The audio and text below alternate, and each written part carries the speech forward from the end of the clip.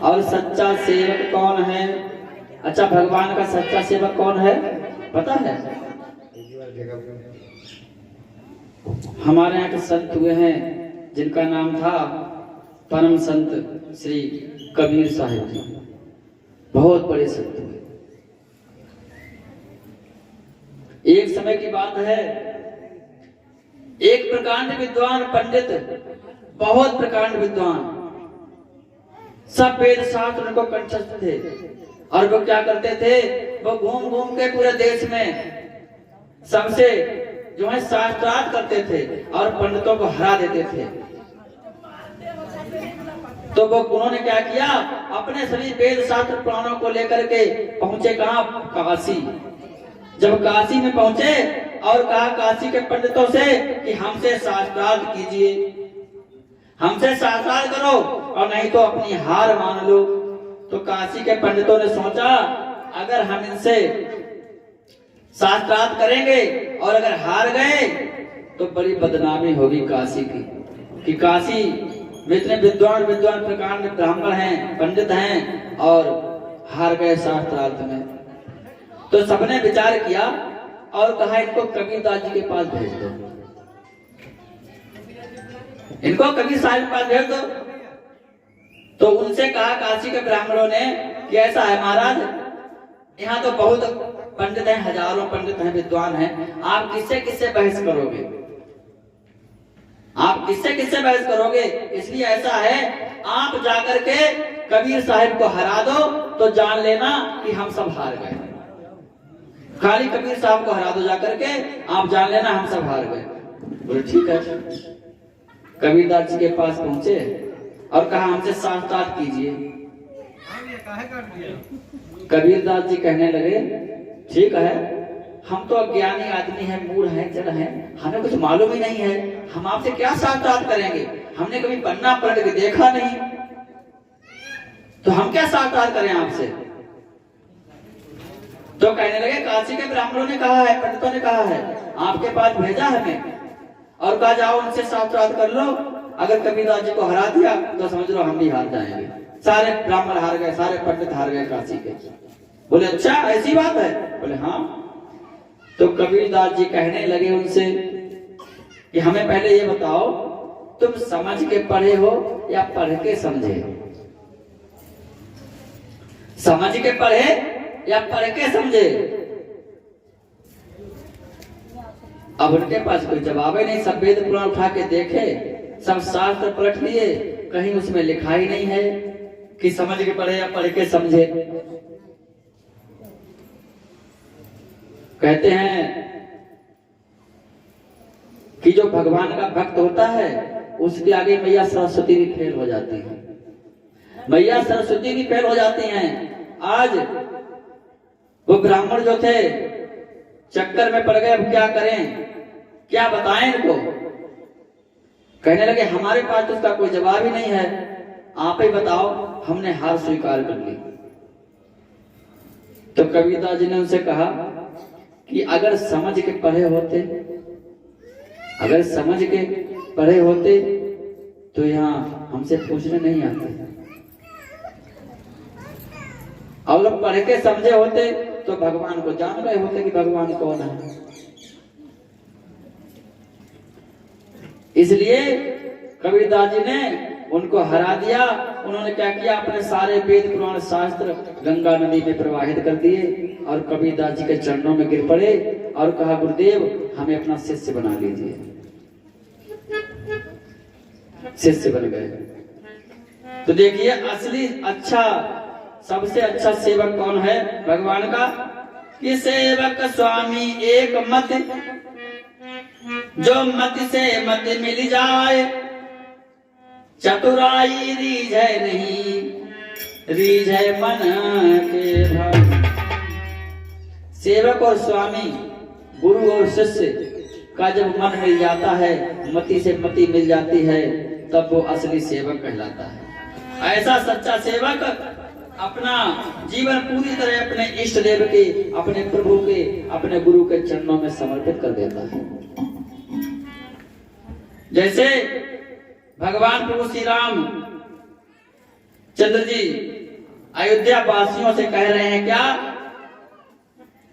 कि सोई सेवक प्रियतम मम सोई, सोई सेवक प्रियतम मम सोई, मम अनुशासन मानियो।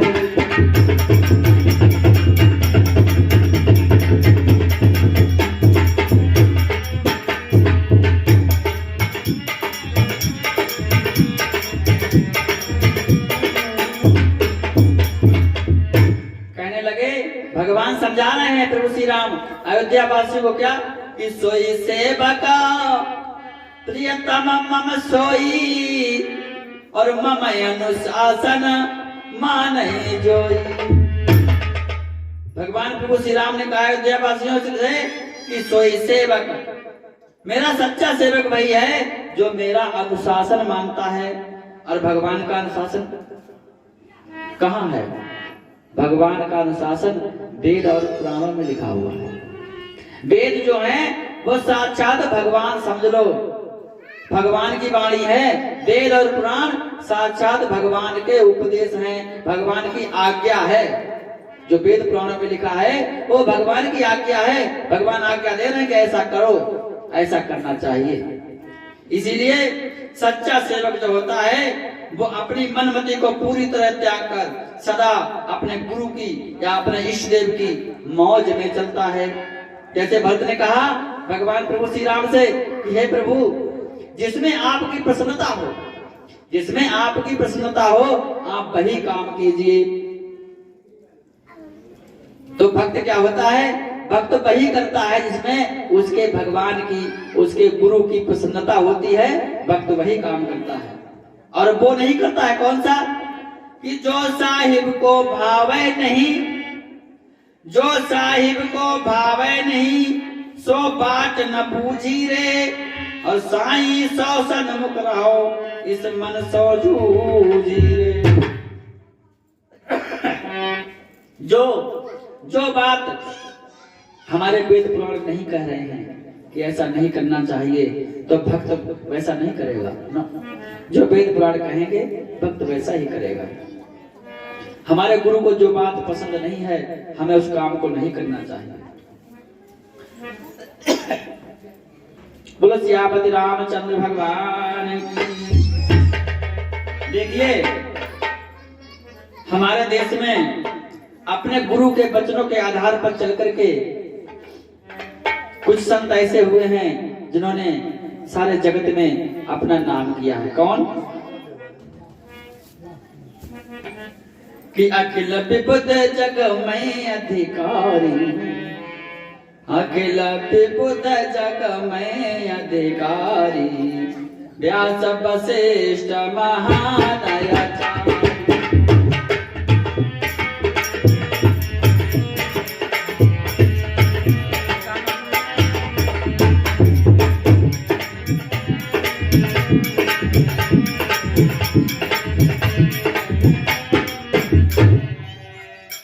अरे गौतम कपिल कलाद पतंजल, गौतम अखिल विबुध जग में अधिकारी व्यास वशिष्ठ महानाचार्य। व्यास देव वशिष्ठ जी इन्होंने क्या किया, अपने सिर्फ गुरु की बात मानी और गुरु की आज्ञा मान करके पूरे संसार में जगत में विख्यात हुए। गौतम कपिल कलाद पतंजलि इन्होंने सब क्या किया, सिर्फ अपने गुरु की आज्ञा का पालन किया और इसीलिए सारे संसार में विख्यात हुए कि ये सब गुरु की शरण ही आए और तासे जग में श्रेष्ठ कहाए।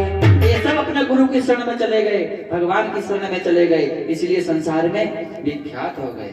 इसीलिए कि गुरु के वचन प्रतीत न जेहि, लिखा है कि गुरु के वचन प्रतीत न जेहि और सपन हो सुगम न सुख सिद्धते ही। जिसको अपने गुरु के वचनों पर विश्वास नहीं है उसको कभी भी सुख और समृद्धि प्राप्त नहीं हो सकती। जो अपने मन की मानी करता है वो कभी भी सुखी नहीं रह सकता।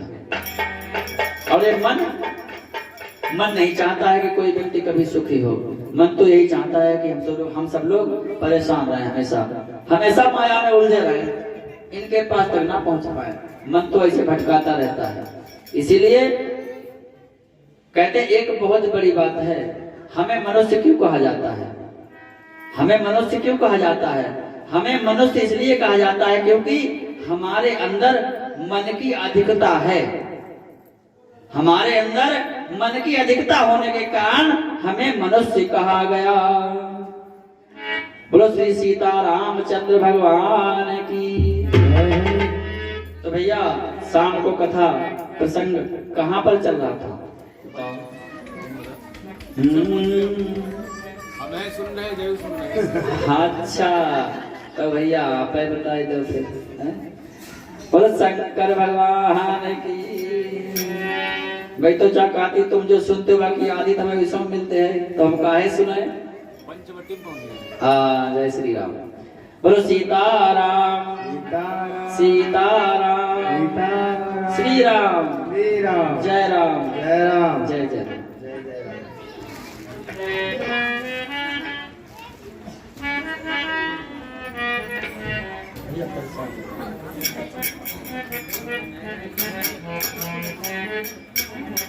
तो भगवान प्रभु श्री राम, मैया सीता और भैया लक्ष्मण के साथ पंचवटी में रहने लगे।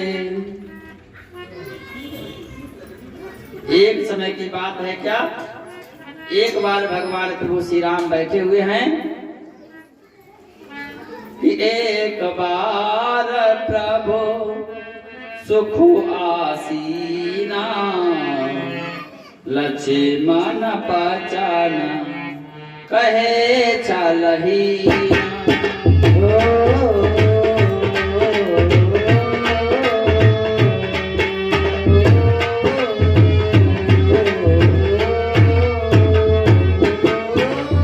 कहाऊ ज्ञान विराग रुमाया, कहाऊ सौभागाती करहूं यही दाया।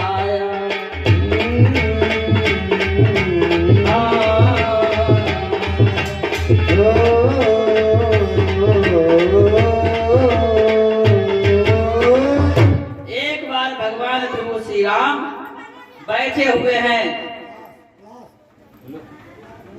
तो लक्ष्मण जी कहने लगे कि कहो ज्ञान विराग रुमाया और कहो तो भगत करहु जे दाया। कि हे प्रभु, लक्ष्मण जी पूछ रहे भगवान प्रभु श्री राम से कि हे भैया कहो ज्ञान विराग रुमाया। हे भैया ज्ञान क्या है, विज्ञान क्या है और माया क्या है। कहु तो भगत करहु जय दाया। हे नाथ, हम पे दया करके बताइए कि हम प्रभु की भक्ति किस प्रकार करें। और कहने लगे लक्ष्मण जी क्या, ईश्वर जी बही भेद प्रभु सकल कहु समझाई। जाते होई चरण रति शोक मोह भ्रम जाय। लक्ष्मण जी कहने लगे भगवान प्रभु श्री राम से कि भैया ईश्वर और जीव में क्या अंतर है, हमें समझाइए। जिसके सुनने से होई चरण रति, जिसके सुनने से आपके चरणों में प्रीति हो जाए, हमारे मन का भ्रम दूर हो जाए, ऐसा हमें उपाय बताइए। तो भगवान राम समझाने लगे कि हे लक्ष्मण, जहां तक माया क्या है, भगवान प्रभु श्री राम ने कहा लक्ष्मण जी से माया क्या है। भगवान कहने लगे कि गोचर जहां तक मन जाई तहां तक माया जानो भाई। हे लक्ष्मण, जहां तक तुम्हारा मन चला जाए और जहां तक तुम्हें दिखाई दे, वहां तक सब परमपिता परमात्मा की माया है। और मन कहां तक जाता है पता है? कहां तक मन जाता है? सिर्फ 3 लोगों के पास। कौन है? रजोगुण, सतोगुण और तमोगुण। ब्रह्मा, विष्णु और महेश। भगवान शंकर जी से आगे मन नहीं जाता, उसके आगे फिर पता नहीं क्या है? भगवान शंकर जी और भगवान विष्णु और ब्रह्मदेव, इनके आगे फिर मन नहीं जा पाता। क्यों? मन की औकात नहीं, मन की ताकत नहीं है कि उससे आगे पहुंच जाए। उससे आगे ही भगवान है, जान लो। जहां तक दिखाई दे और जहां तक मन चला जाए वो सब भगवान की माया है। यहाँ तक कि भगवान शंकर, भगवान विष्णु और ब्रह्मा जी भी उस परम पिता परमात्मा की माया है। और कहने लगे कहा ज्ञान, ज्ञान क्या है, अज्ञान क्या है? तो एक तो होती है विद्या। विद्या जो है वो संसार की रचना करती है, सृष्टि की रचना करती है, जिसे विद्या कहा गया। और एक होती है अविद्या। अविद्या कौन है? जैसे शूर्पणखा, ताड़का, पूतना, ये कौन है? अविद्या। दुष्ट, जो संसार की सृष्टि में खलल डालती है, धर्म कर्म में जो उपद्रव डाले ना, खलल डाले, समझ लो यह अविद्या है, दुष्ट है। समझो, समझ लो यही अविद्या है। और आजकल कितनों के अंदर अविद्या का वास है, भगवान ही जाने। और भगवान प्रभु श्री राम कहने लगे हे लक्ष्मण, ये अविद्या इतनी दुष्ट है कि जिसके बस में होकर के जीव जो है वो कुएं में पड़ा रहता है। कौन से कुएं में? कौन से कुएं में पड़ा रहता है? भवकूप। भवकूप मतलब ये संसार को क्या कहा गया है? इसे भवकूप कहा गया, इसे भवसागर कहा गया है। इसी माया के चक्कर में व्यक्ति इसी भवकूप में घूमता रहता है, बार बार इसी में चक्कर लगाता रहता है। पुनरपि जननम पुनरपि मरणम पुनरपि जननी जठरे शयनम भज गोविंदम भज गोविंदम गोविंदम भज मूढ़मते। हम क्यों समझा रहे हैं आज 5-6 दिन से कि भगवान का नाम जपो, भगवान का नाम जपो? इसीलिए क्योंकि सब माया के चक्कर में पड़े हैं, यहाँ से निकल नहीं पा रहे हैं। और केवल यहाँ से निकलने का एकमात्र सहारा है भगवत नाम, भगवान का नाम। निरंतर लगातार सुमिरन करना है, तब जाकर के आप इस माया से निकल पाएंगे। और कहा कि ज्ञान क्या है? भगवान कहने लगे ज्ञान वो है जहां पे जरा भी माया का प्रभाव नहीं है, उसे ज्ञान कहते हैं।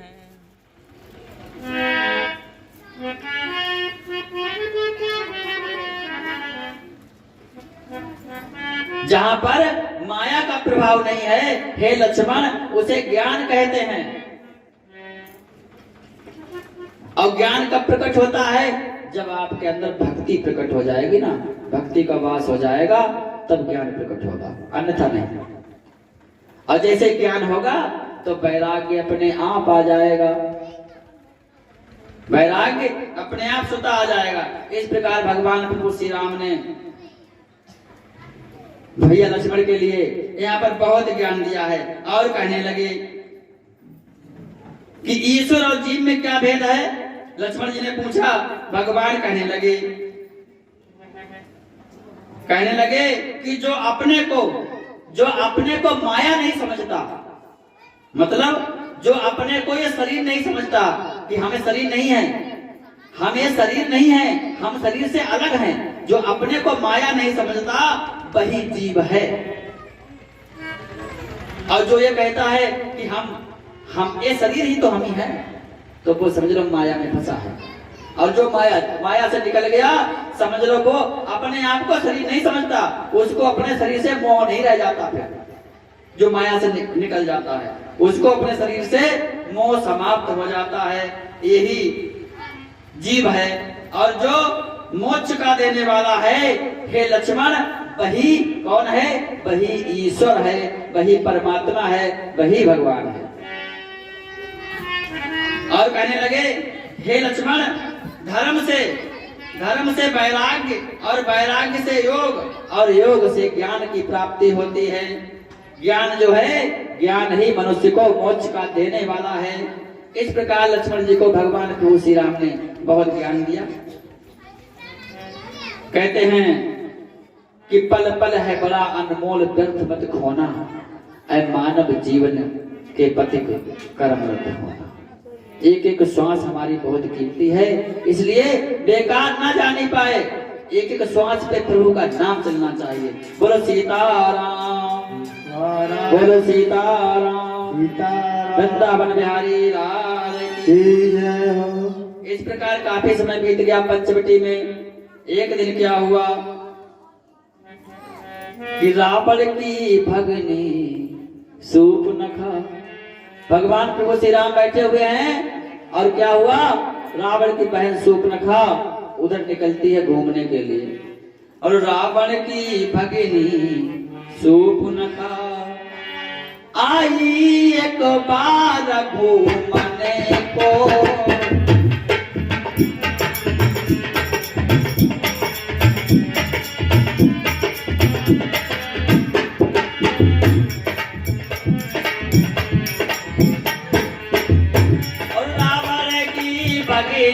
सूर्पनखा आई एक बार घूमने को, और मानो रणवीर निकट पहुंचे,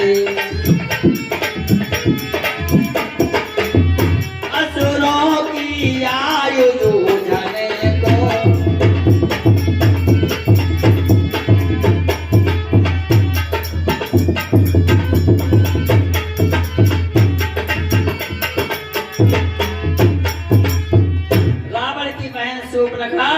घूमते घूमते पंचवटी में आ गई। मन साचर कुटिल अति चली करन उपहास, सुन खगेश भावी प्रबल अभाचा निशाचर नाश। काकभूषण जी कहते हैं हे गरुड़ जी, अधम निशाचर कुटिल अति चली कर्ण उपहास। वो मंदमती सूर्पनखा कुटिल, वो भगवान का उपहास करने के लिए चल देती है कि सुन खगेश भावी प्रबल, हे गरुड़ जी, भगवान की महिमा अपरंपार है। आज वो समय आ गया है जब समझ लो निशाचरों के वंश के नाश का समय आ गया। अच्छा, सूर्पनखा को सूर्पनखा क्यों कहते थे? क्योंकि सूर्पनखा के नख जो थे ना, नख वो कैसे थे? सूप के समान थे, सूप के समान थे। जिनके नाखून बड़े बड़े हो ना, इतने तो लंबे, तो समझ लेना वे सूपे न कहा है। फिर आजकल बड़ी फैशन चली है, बड़े बड़े नाखून रखाए जा रहे हैं। और जब उनमें गंदगी भर जाती है उसको छुपाने के लिए ऊपर से लाल पीली हरी कलर किया जाता है। तो नाखूनों को नहीं रखाना चाहिए, इससे बीमारियां फैलती हैं। डॉक्टर के पास जाओगे ना, वो भी बताएगा कि नाखून मत रखो, इससे बीमारी फैलती है। इसीलिए नाखून बड़े नहीं रखने चाहिए। कहते हैं स्वच्छता और सफाई से रहना चाहिए। बोलो वृंदावन बिहारी लाल की। शूर्पणखा का विवाह हो गया था। इसके पति का नाम था विद्युज्जीव्या। इसके पति को रावण ने मार दिया था। रावण ने अपने बहनोई का वध कर दिया था। तभी शूर्पणखा ने प्रतिज्ञा करी थी कि रावण, तूने मेरे भाई का वध किया है, मेरे पति का वध किया है, तो मैं प्रतिज्ञा करती हूँ कि संसार से राक्षसों के वंश का नाश करा दूंगी। इसीलिए शूर्पणखा भगवान के पास पहुंची और कहने लगी क्या कि तुम सम पुरुष नमो सम नारी, यह संजोग विधि रचा विचारी।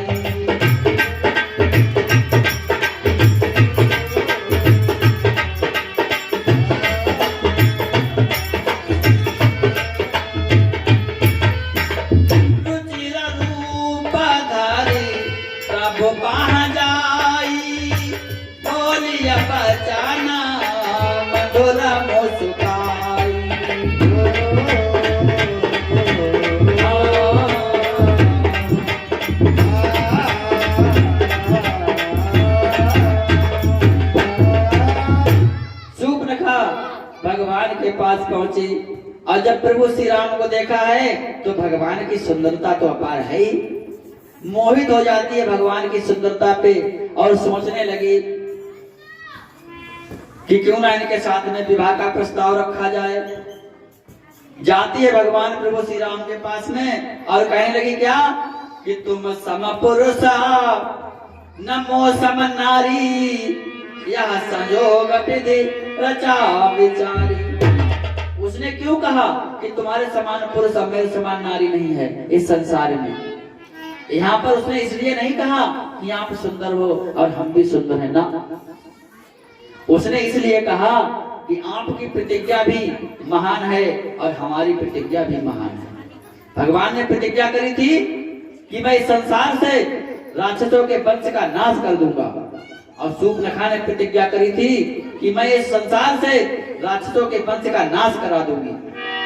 तो शूर्पणखा की और भगवान राम की प्रतिज्ञा एक थी, इसीलिए उसने कहा है कि तुम सम पुरुष नमो सम नारी, तुम्हारे समान पुरुष और मेरे समान नारी इस समय संसार में नहीं है। इतनी बड़ी प्रतिज्ञा करने वाला तीसरा कोई और नहीं है, इसीलिए उसने कहा। और भगवान के पास जाती है और कहने लगी ऐसा करो, हमसे विवाह कर लो। कहने लगी भगवान प्रभु श्री राम से कि हमसे आप विवाह कर लीजिए, मैं अपने लिए वर ढूंढ रही हूं, मिले तो बहुत लेकिन कोई समझ में नहीं आया, और जब हमने तुम्हें देखा तो हमें लगा हाँ कुछ कुछ तुम मेरे लायक हो। भगवान कहने लगे देखो भाई, हमारा तो विवाह हो चुका है और इस जन्म में तो हमने एक पत्नी व्रत धर्म का पालन करना है मुझे, और मैं एक विवाह के अलावा दूसरा नहीं कर सकता, हमारी प्रतिज्ञा है। इसलिए अगर आप विवाह करना चाहती हो तो हमारा भाई लक्ष्मण को देखो बाणों को साफ कर रहा है, उसके साथ विवाह कर लो, वो अभी कुंवारा है। जैसे शूर्पणखा ने कहा कि मैं कुमारी हूँ, ऐसे भगवान ने कह दिया जैसे तुम कुमारी हो वैसे लक्ष्मण भी कुमारा है। जैसे शूर्पणखा झूठ बोली, उसका विवाह तो हो चुका था, वो झूठ बोली भगवान से कि मैं कुमारी हूँ, तो भगवान ने भी कह दिया जैसे तुम कुमारी हो वैसे लक्ष्मण भी कुमारा है, जाओ जाकर उसके साथ विवाह कर लो। आप वो लक्ष्मण के पास पहुंची, कहने लगी कि भाई तुम हमसे विवाह कर लो। लक्ष्मण जी कहने लगे विवाह तो हम कर लेंगे, हम तो हैं इनके दास, हम तो इनके दास हैं, सेवक हैं, तो इनकी सेवा करते हैं, इनके चरण दबाते हैं। अगर तुम दासी बनना चाहो तो हमसे विवाह कर लो, अगर महारानी बनना चाहो तो उन्हीं के पास जाओ। तो दासी कौन बनना चाहेगा? यहाँ मुनि तो कोई बनना नहीं चाहता, सब मालिक ही बनना चाहते हैं। समस्या तो यही है, रोना तो इसी बात का है, दुख तो इसी बात का है सबको कि कोई मालिक नौकर कोई बनना नहीं चाहता, मुनि बनना कोई नहीं चाहता है, सब मालिक बनना चाहते हैं। अगर मालिक बना दो भगवान को, अपने आप मुनि बन जाओ तो दुख है किस बात का फिर? लेकिन ना, भगवान को मुनि में बनाना चाहते हैं, अपने आप मालिक बनना चाहते हैं, दुख इसी बात का है। शूर्पणखा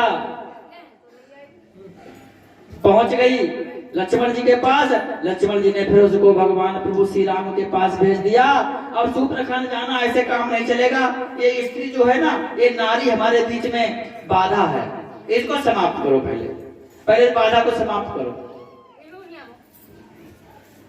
तुरंत भगवान प्रभु श्री राम ने जैसे ही उससे कहा कि हम विवाह नहीं कर सकते, उसने क्या किया, अपना असली रूप प्रकट कर दिया और मैया सीता को समाप्त करने के लिए दौड़ पड़ी।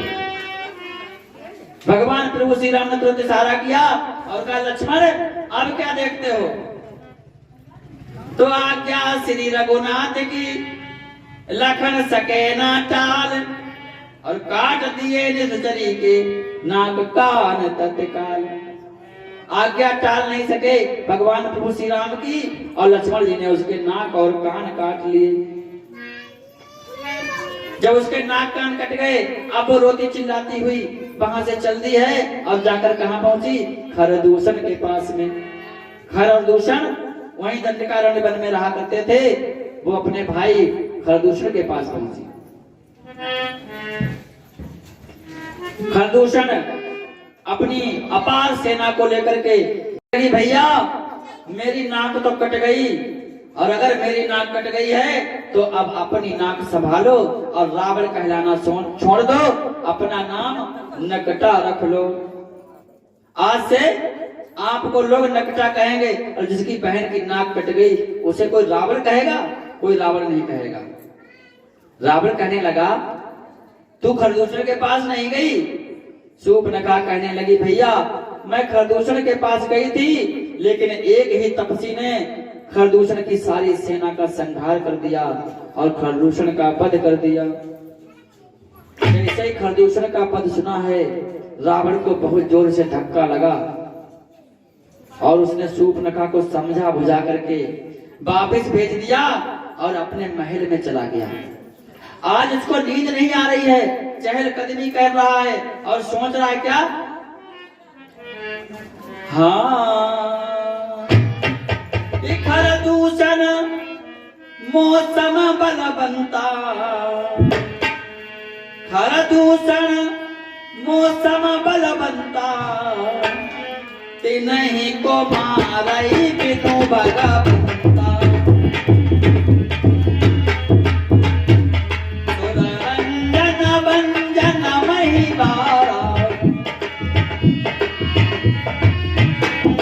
हरे रघुवंशली नय अवतारा,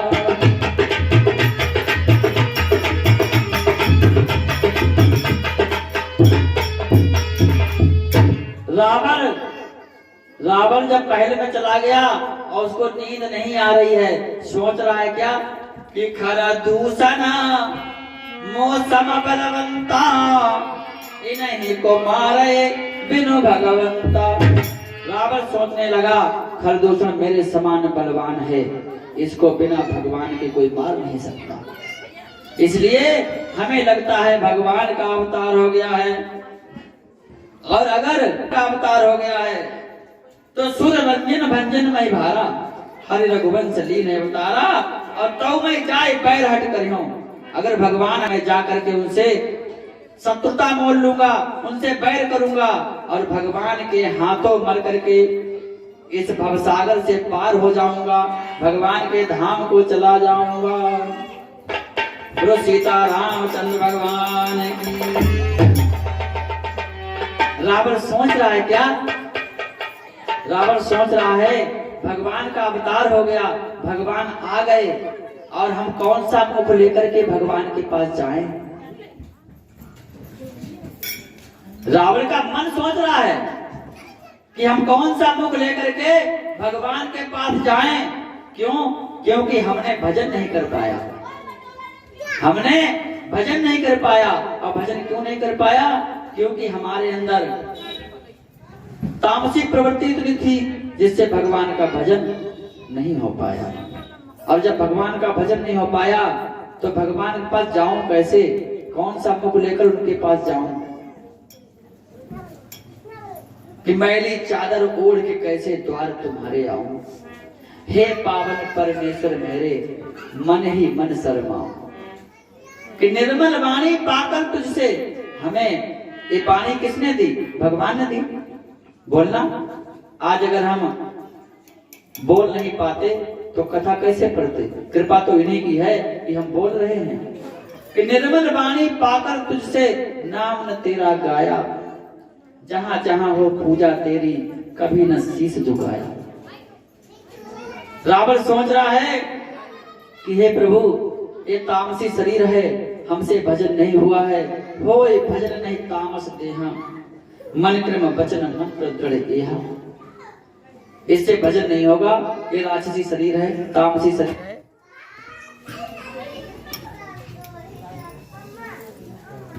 बोलो सीताराम सीता। इस प्रकार रावण सोच रहा है अब भजन तो होगा नहीं तो क्या करें? भगवान से शत्रुता मोल ले लो, बैर मोल ले लो, और उनके हाथों बनकर इस भवसागर से पार हो जाओ। तब तक सुबह हो गई, सोच विचार करता रहा रात भर। और उसने क्या किया? सुबह होते ही रावण तो मारीच के पास चल दिया, अपने मामा के पास। भगवान शंकर जी कहते हैं, हे पार्वती, इधर रावण तो मारीच के पास चला, उधर भगवान राम ने क्या किया? भगवान राम ने मैया सीता से कहा कि हे सीता, अब हम कुछ कौतुक करना चाहते हैं, कुछ लीला करना चाहते हैं, और तब तक तुम क्या करो? तब तक तुम अग्नि में वास करो। कि तुम पावक महा करहु निवास। हेलो। और तुम पावक मोह करहु निवास, जो लगे करहु निशाचर नाश।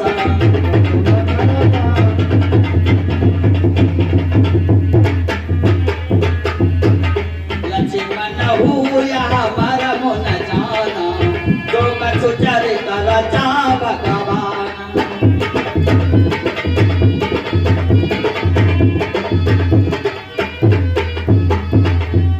भगवान प्रभु श्री राम ने अग्नि को प्रकट किया और मैया सीता अग्नि में प्रवेश कर जाती हैं। भगवान प्रभु श्री राम ने मैया सीता को अग्निदेव को सौंप दिया। तो बाहर कौन रह गई? नकली सिया रह गई। रामायण में 3 सीता हैं। कौन सी? एक असली सिया, एक नकली सिया, और एक सोने की सिया। राम तीनों के पिया। एक तो असली सीता थी, कौन सी? जो वनवास में आई, वो असली सीता है। और जो रावण ले गया जिनको हरण करके, वो मैया नकली सीता जी थी। और सोने की सीता जब भगवान ने बनवाई है, जब मैया सीता ने दोबारा वनवास ले लिया और भगवान प्रभु श्री राम ने अश्वमेध यज्ञ किया, तो सोने की सीता बनवाई गई वहां पर। क्यों? सीता जी तो थी नहीं। इसलिए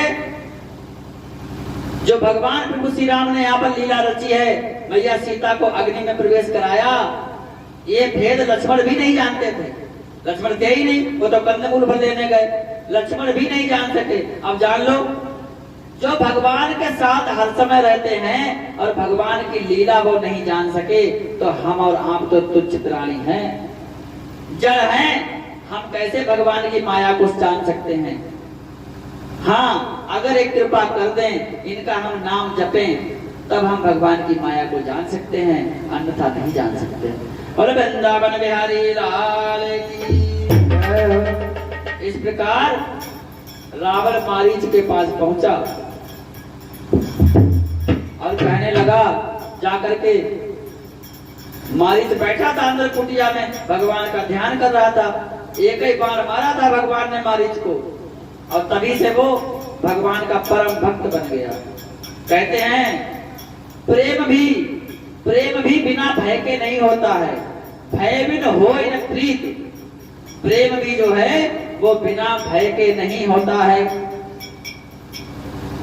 मारीच कुटिया में बैठा हुआ है, जैसे ही रावण ने प्रवेश किया, मारीच की आंखें खुल गई, नेत्र खुल गए। मारीच सोचने लगा, आज बात क्या है कि लंका का राजा दशानन स्वयं हमारे पास आया। कुछ तो दाल में काला है, कुछ तो गड़बड़ है कि जो रावण स्वयं हमारे पास चल करके आया है। सारी कथा जो है रावण ने मारीच को सुनाई। मारीच कहने लगा, दशानन तुम्हारी बुद्धि बिगड़ गई, हमें लगता है तेरी मौत आ गई है। क्यों? अरे जिनसे बैर मोल लेने के लिए जा रहे हो, पता है तुम्हें वो कौन है? रावण बोला, कौन है? मारीच बोला, साक्षात नारायण है, साक्षात भगवान है। ये जान लो, बचोगे नहीं, मारे जाओगे। रावण को तो पता ही था कि भगवान है, वो तो स्वयं जानता था कि भगवान है, लेकिन उसको अपने पूरे वंश का उद्धार करवाना था। रावण कहने लगा कि रावण बोला, बाहरे तू तो है दुर्वेश, मैं सुनने आया नहीं तुझसे यहाँ उपदेश। रावण बोला, मैं तुझसे उपदेश सुनने नहीं आया हूँ, अगर चलना है तो चल, नहीं तो चंद्रहास को देख, मैं इसी से तेरे सर को तेरे धड़ से अलग कर दूंगा। मारीच सोचने लगा कि मरना तो है ही,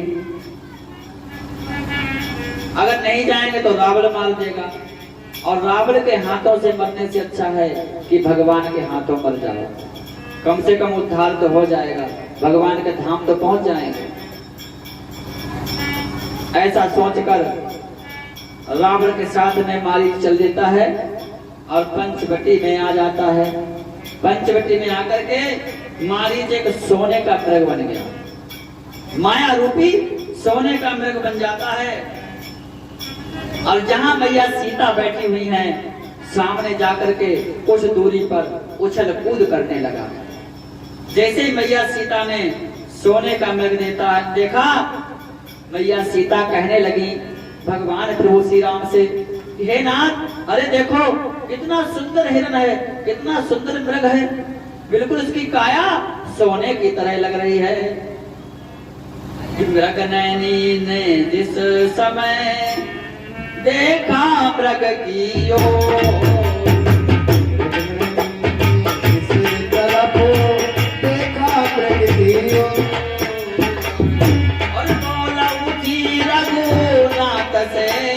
उसी समय कर छोड़, उसी समय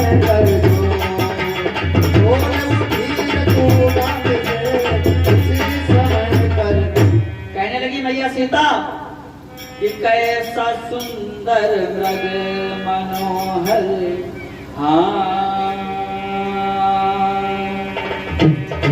कैसा सुंदर मृग मनोहर चुमने आया है, कैसा सुंदर मृग मनोहर चुमने आया है, कैसा सुंदर मृग मनोहर चुमने आया है, कैसा सुंदर है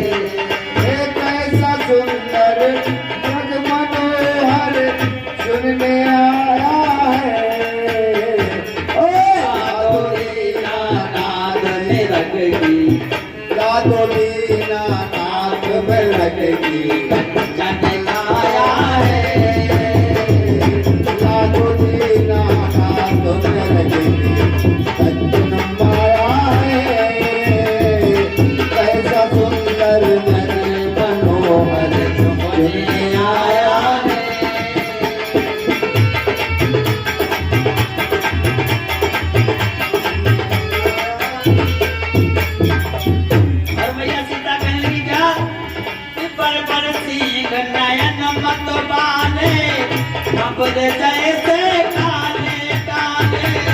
बड़े बड़े सींग नयन मत बाले, भंवरे जैसे काले काले। बड़े बड़े सींग नयन मत बाले, भंवरे जैसे काले काले। लाडो दीनानाथ हिरन की, आए लाडो दीनानाथ हिरन की। लाडो दीनानाथ हिरन मेरे मन भाया है। लाडो दीनानाथ हिरन ये मन भाया है।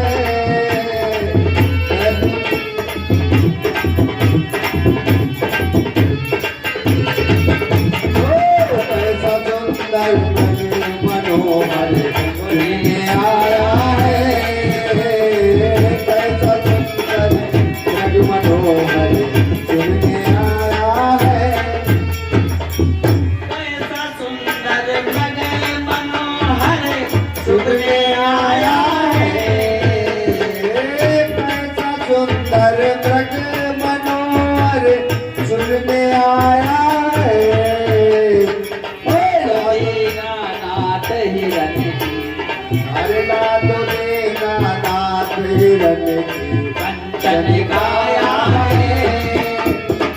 लाडो दीनानाथ हिरन की कंचन गाया है। लाडो दीनानाथ हिरन की कंचन गाया है। और कैसा सुंदर मृग मनोहर सुनने आया है। और कहती मैया सीता, इसके सींग बहुत बड़े बड़े हैं, मतवाला है, बहुत सुंदर लग रहा है। और कहने लगी क्या, ऐसा हिरन कभी नहीं देखा, जिसकी पीठ पे काल की रेखा। ऐसा मृग कहीं ना देखा, इसके पीठ पे काल की रेखा। ऐसा हिरन कहीं नहीं देखा, जिसकी पीठ पे काल की रेखा। ऐसा मृग कहीं नहीं देखा, इसके पीठ पे काल की रेखा। लाडो दीनानाथ हिरन की, आए लाडो दीनानाथ हिरन की। लाडो दीनानाथ हिरन की कंचन गाया है।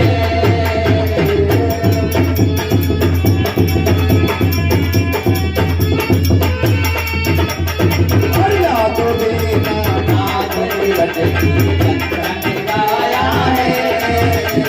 लाडो दीनानाथ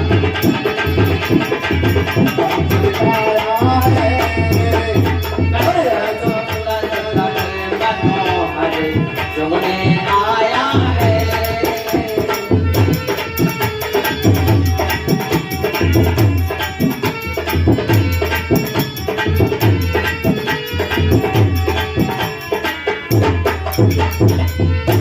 श्री रामचंद्र भगवान की जय हो। इस प्रकार मैया सीता भगवान से कहने लगी, प्रभु बहुत सुंदर मृग है, मुझे इसको ले आ दो। भगवान बोले क्या करोगी, क्या करोगी इसका। मैया सीता कहने लगी, प्रभु जब हम वनवास से अयोध्या जाएंगे, इसको ले चलेंगे और अपने महल में छोड़ देंगे, तो ये खूब उछल कूद करेगा, बड़ा सुंदर लगेगा, हमारी माताएं देखेंगी, बहुत प्रसन्न होगी। भगवान कहने लगे, बड़ा असंभव है इसको जीवित पकड़ के लाना। तो मैया सीता कहने लगी, प्रभु अगर जीवित ना मिले तो इसको मार करके ही ला दो आप। इसकी मृगशाला हम ले चलेंगे और अपने गुरु वशिष्ठ को भेंट कर देंगे। हमारे गुरु इसकी मृगशाला पे बैठ करके संध्या बंदन करेंगे, भगवान का भजन करेंगे, इसलिए इसको लाओ जरूर। देखिए जब तक मैया सीता असली थी ना, माया नहीं व्याप्त हुई, माया में नहीं फंसी। और आज मैया सीता कैसी हैं? माया रूपी सीता हैं।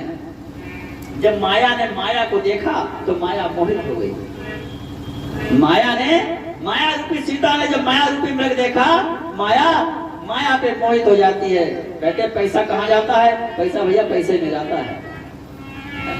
पैसा जो है पैसे में ही जाएगा, पानी पानी में ही जाएगा, है? इसीलिए आज माया ने जब माया रूपी मृग देखा तो माया मोहित हो जाती है। भगवान ने जान लिया कि अब समय आ गया है, हैं? रावण भी इंतजार कर रहा है कहीं आसपास में, तो उसको भी समय दे दो। भगवान ने उठाया धनुष और बांधा तरकस, चढ़ा लिया धनुष पे बाण और मृग के पीछे चल दिए। और चलते चलते भगवान प्रभु श्री राम ने लक्ष्मण से कहा क्या कि श्री राम चलते चलते और लक्ष्मण से कहे हैं, लक्ष्मण से कहे हैं श्री राम चलते चलते।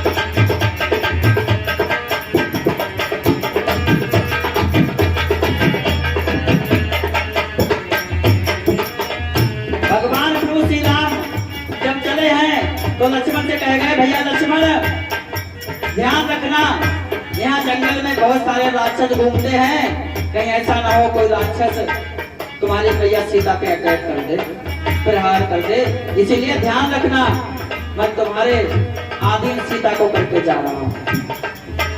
और चलिए आगे आगे मृग है और पीछे पीछे भगवान प्रभु श्री राम दौड़ रहे हैं। कुछ दूर जाकर के जब भगवान ने मृग को बाण मारा है कि मारा है बाण मृग के मुख लखड़ नाम निकला,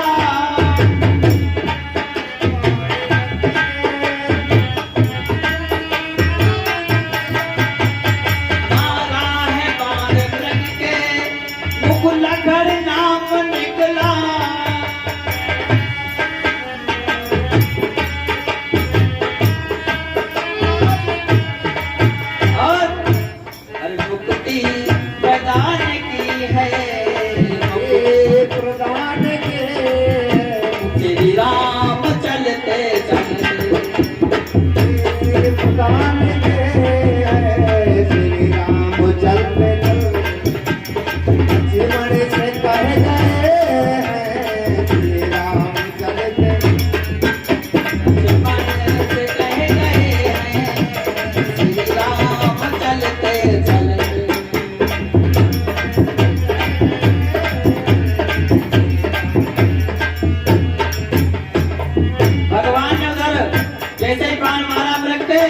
और मृग के मुख से क्या आवाज निकली है, मारीच ने मरते मरते भगवान प्रभु श्री राम की आवाज ने उच्चारण किया है कि हाँ लक्ष्मण मुझे बचाओ। जब इधर लक्ष्मण जी ने आवाज सुनी, मैया सीता कहने लगी कि हे लक्ष्मण तुम्हारे भैया पे बहुत संकट है, जाओ जाकर के अपने भाई की सहायता करो। भगवान प्रभु श्री राम उधर जैसे ही पहुंचे मृग के पास में तो क्या देखा, एक राक्षस है असली रूप में अपने आ गया और मारीच पड़ा हुआ है। भगवान सोचने लगे अब कुछ अनर्थ होने वाला है। इधर मैया सीता को लक्ष्मण जी ने बहुत समझाया कि हमारे भैया सर्वज्ञ हैं, वो तो त्रिलोकीनाथ हैं, नारायण हैं, उन्हें कौन मार सकता है, उनके ऊपर कोई संकट नहीं आ सकता है। बहुत समझाया लक्ष्मण ने, लेकिन मैया सीता की समझ में नहीं आया। मैया सीता ने कुछ ऐसे अपशब्द कहे, कुछ ऐसे मरम वचन बोले कि लक्ष्मण को वहां से जाना पड़ गया। चलते चलते लक्ष्मण ने कहा, एक रेखा खींच दी है कुटिया के चारों तरफ और कहने लगे मैया इस रेखा से बाहर मत निकलना जब तक हम वापस ना आ जाएं। उसके बाद क्या होता है कि साधु का भेष धर के रावण वहां पे आया, साधु का भेष रावण वहां पे आया, साधु का वेश धर के रावण वहां पे आया, और सीता को चल रहा है, सीता को चल रहा है, सीता को चल रहा है, रावण को हंसते हंसते, सीता को चल रहा है, रावण हंसते, सीता को चल रहा है, रावण को हंसते हंसते।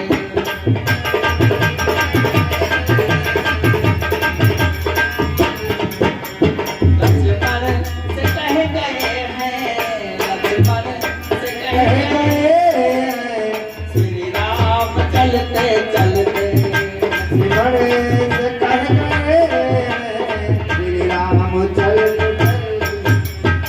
लेकर के चल दिया है व्याकुल बन में सीता, बोले करके चल दिया है व्याकुल भी वो सीता, लेकर के चल दिया है व्याकुल बन में सीता, और ऊपर से गहने डाले, ऊपर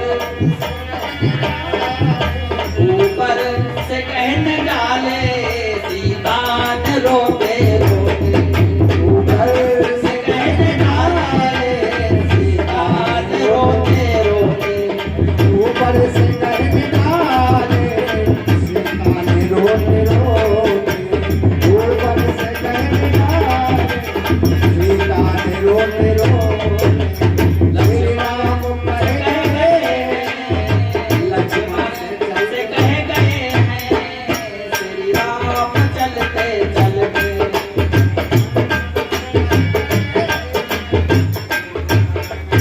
रावण जानता था क्या? यह जानता था रावण, यह काल की निशानी, ये काल की निशानी, यह जानता था रावण, यह काल की निशानी। और क्या किया? और पहरा डबल किया है, पहरा डबल किया है, रावण ने जाते जाते, पहला डबल किया है रावण ने जाते जाते, पहला डबल किया है रावण ने जाते जाते, श्री राम कह गए लक्ष्मण से जाते, श्री राम कह गए लक्ष्मण से चलते। बोलो श्री रामचंद्र भगवान की। इस प्रकार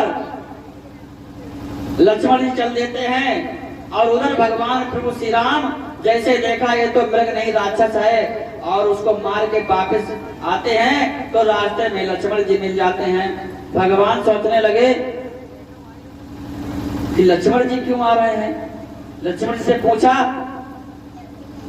तो प्रभु श्री राम कहने लगे, हमें लगता है लक्ष्मण अब सीता हमें कुटिया में नहीं मिलेगी, हमारे साथ कुछ अनर्थ हो गया। जाते हैं दोनों भाई दौड़ करके भगवान प्रभु श्री राम और लक्ष्मण, जैसे कुटिया के पास पहुंचे, देखा तो कुटिया में मैया सीता नहीं है, कुटिया में मैया सीता नहीं है। अब तो मैया सीता को खोजने लगे। लक्ष्मण अलग विलाप कर रहे हैं, भगवान प्रभु श्री राम मैया सीता को पुकार रहे हैं और कहने लगे क्या?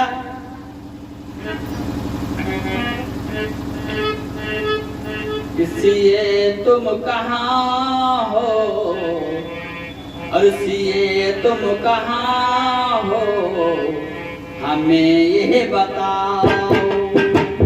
सिए तुम कहाँ हो, हमें यह बताओ। श्री तुम कहाँ हो हमें तुम बताओ, सिए तुम कहाँ हो, हमें ये बताओ। श्री तुम कहाँ हो हमें तुम बताओ,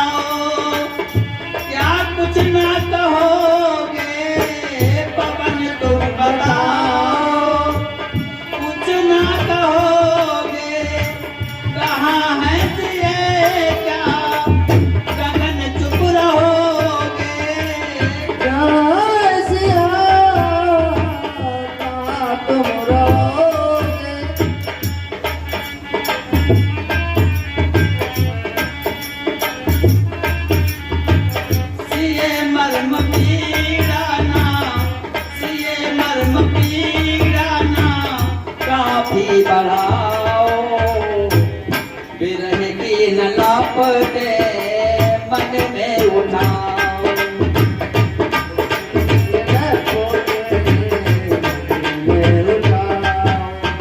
सिए तुम कहाँ हो हमें ये बताओ, सिए तुम कहाँ हो हमें तुम बताओ।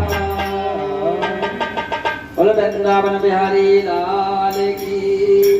इस प्रकार भगवान प्रभु श्री राम मैया सीता को खोज रहे हैं और विलाप कर रहे हैं, बहुत व्याकुल हैं। जब आगे चलते हैं तो क्या देखा,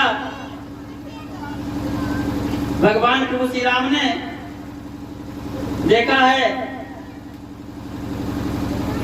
कि एक गिद्ध जिस मैया सीता को हरण करके रावण ले जा रहा था, तो गीधराज जटायु ने बहुत युद्ध किया रावण से।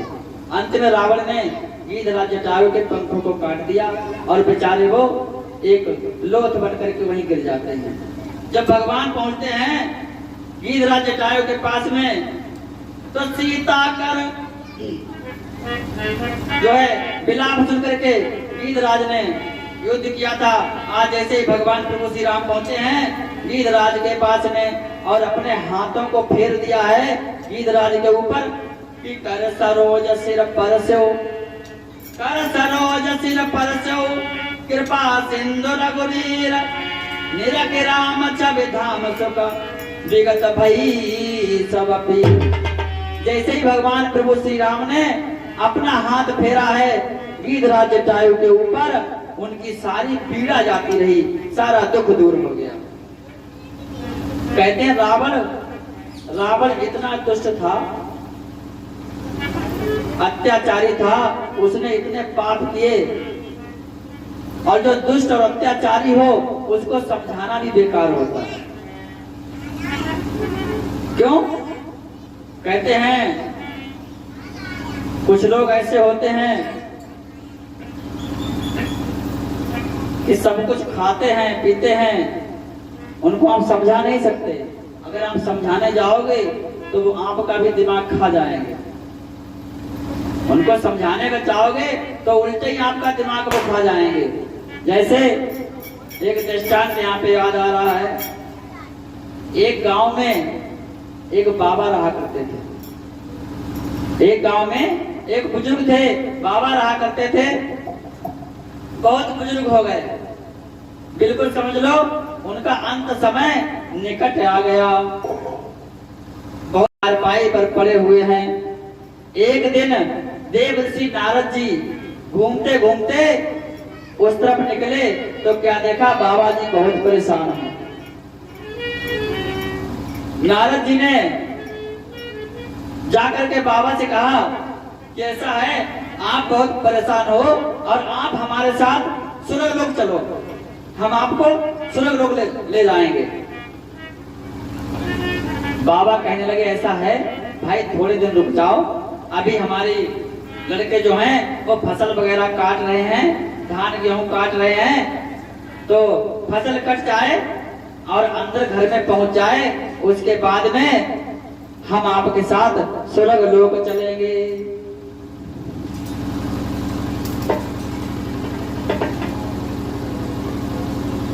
बोलो श्री सीता रामचंद्र भगवान की जय हो।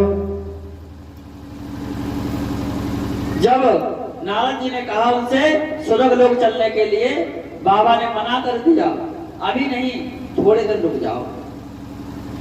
नारद जी बोले ठीक है भाई, थोड़े दिन रुक जाते हैं। महीने 2 महीने के बाद नारद जी फिर आए बाबा के पास, तो क्या देखा, बाबा तो वहां है नहीं, खाली चारपाई पड़ी है। नारद जी ने पूछा भाई 2-4 लोगों से, यहाँ एक बाबा रहा करते थे, चारपाई पे पड़े रहते थे, उनका क्या हुआ? लोगों ने कहा भाई वो तो अंतर ध्यान हो गए, उनका तो राम नाम सत्य हो गया। तो नारद जी ने सोचा देखे बाबा हैं कहाँ। नारद जी ने जब ध्यान लगा के देखा तो बाबा उसी घर में एक कुत्ता बने हुए हैं। कुत्ते का जन्म मिल गया उनको। तब नारद जी उस कुत्ते के पास पहुंचे और उसके कान में कहा कि आदमी से मनुष्य से कुत्ता बन गए, अब तो चलो स्वर्ग लोक। तो वो कुत्ता कहने लगा थोड़े दिन और रुक जाओ, थोड़े दिन और रुक जाओ, हमारे ये सब लड़के बच्चे हैं ये सब बाहर जा रहे हैं। भैया प्रसाद लगा।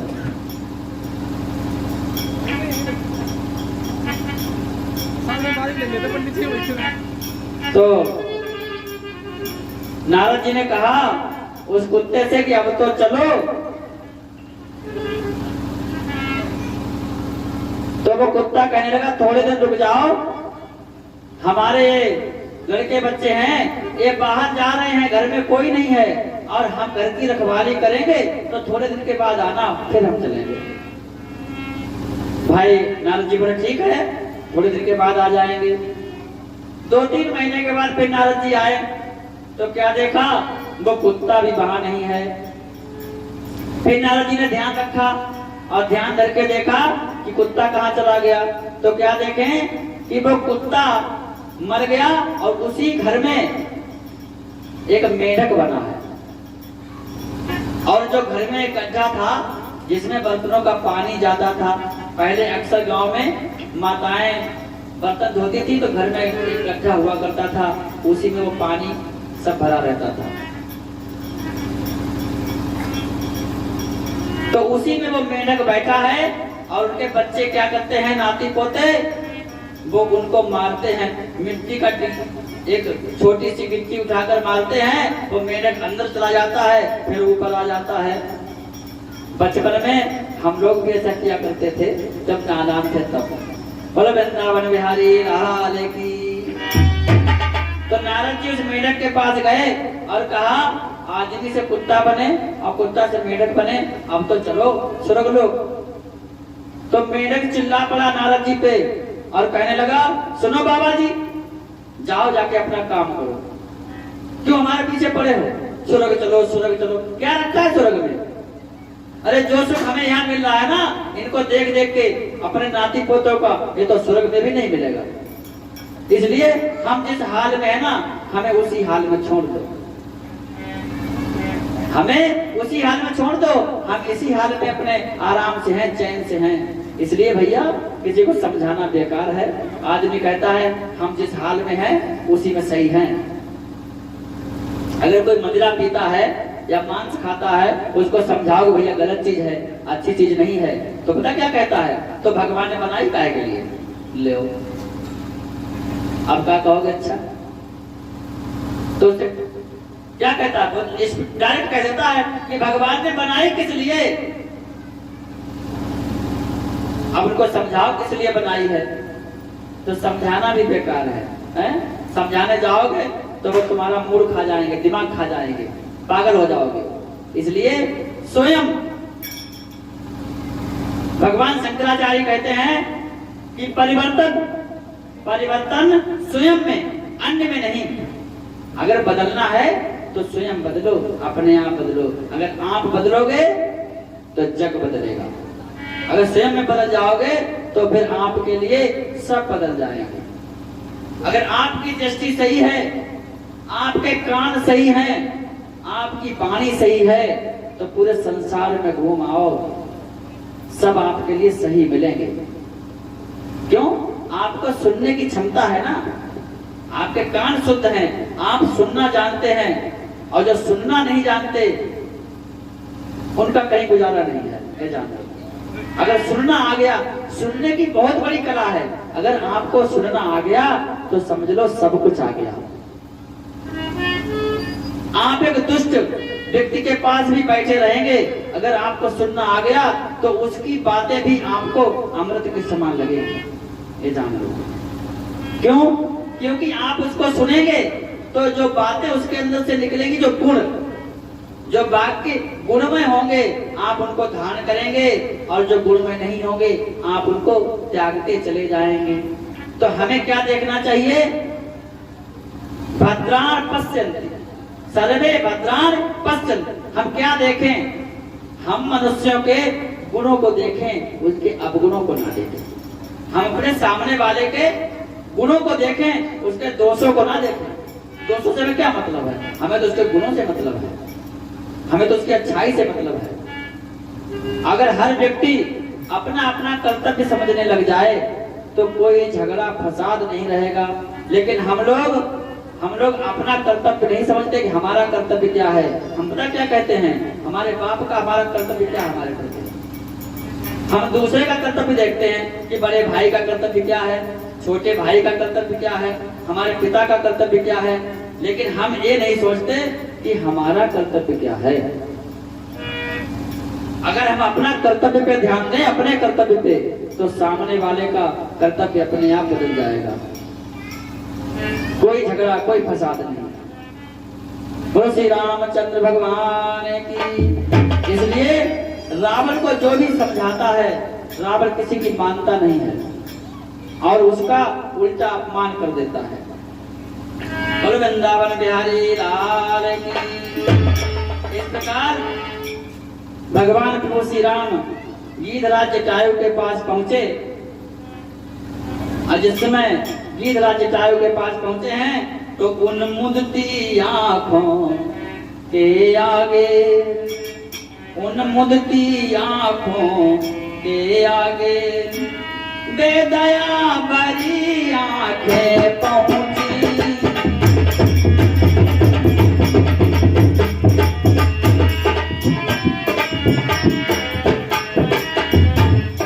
मरेगी देखे कंधों पर बड़ी बड़ी बाहें पहुंची। ममलोचना गोचर आगे राखो देह नाथ के लागे। हे नाथ, जिन चरणों के लिए, जिनके दर्शन प्राप्त करने के लिए हजारों हजारों करोड़ों वर्ष ऋषि मुनि तपस्या करते हैं और उनके दर्शन प्राप्त नहीं होते हैं, आज वही प्रभु हमारे सामने खड़े हैं। उनकी गोद में हम प्राणों को त्याग रहे हैं, तो ऐसी मौत बार बार नहीं मिलती। हे नाथ, हम अमर होना नहीं चाहते, हम अब जीवित रहना नहीं चाहते, हम तो आपकी बाहों में प्राणों को त्यागना चाहते हैं। भगवान राम कहने लगे कि हे तात, अगर आप जा ही रहे हो स्वर्ग धाम के लिए तो हमारे पिता से जाकर मत कहना कि रावण ने सीता का हरण कर लिया। अगर मैं अपने पिता दशरथ का पुत्र हूं तो रावण अपने वंश के सहित आकर के स्वयं ही हमारे पिता से कहेगा। इस प्रकार गीधराज जटायु ने अपने प्राणों को त्याग दिया। भगवान प्रभु श्री राम ने गीधराज जटायु का अंतिम संस्कार किया और वहां से आगे चल देते हैं। आगे चलने पर कबंध राक्षस का वध किया। कबंध राक्षस का वध करने के उपरांत भगवान जब यहाँ से आगे चले हैं तो कहाँ पहुंचे? मतंग मुनि के आश्रम पहुंचते हैं, जहां पर मैया सबरी रहा करती थी। मैया सबरी जहां रहा करती थी, मतंग मुनि के आश्रम पर पहुंच जाते हैं भगवान प्रभु श्री राम। इधर मैया सबरी क्या करती हैं? भगवान प्रभु श्री राम की रास्ता देख रही है। मतंग मुनि कह गए थे कि हे सबरी, एक दिन इस आश्रम पर राम आएंगे, भगवान आएंगे और उन्हें तुम्हें दर्शन देंगे, इसलिए यहीं पर रहना। उसी समय से मैया सबरी भगवान प्रभु श्री राम की प्रतीक्षा कर रही हैं और कहती हैं रोज क्या कि रामा रामा रटते रटते, रामा रामा रटते रटते बीती रे उमारिया। रामा रामा रटते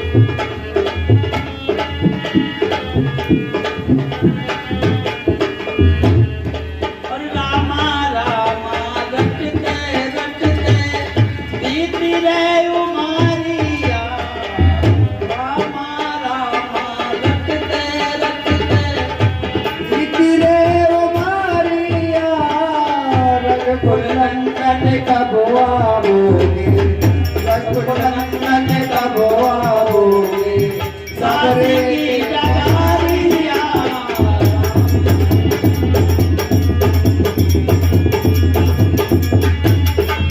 रघुकुल नंदन कब आओगे काशी की नगरिया रामा रामा रटते रटते बीती रे उमारिया रामा रामा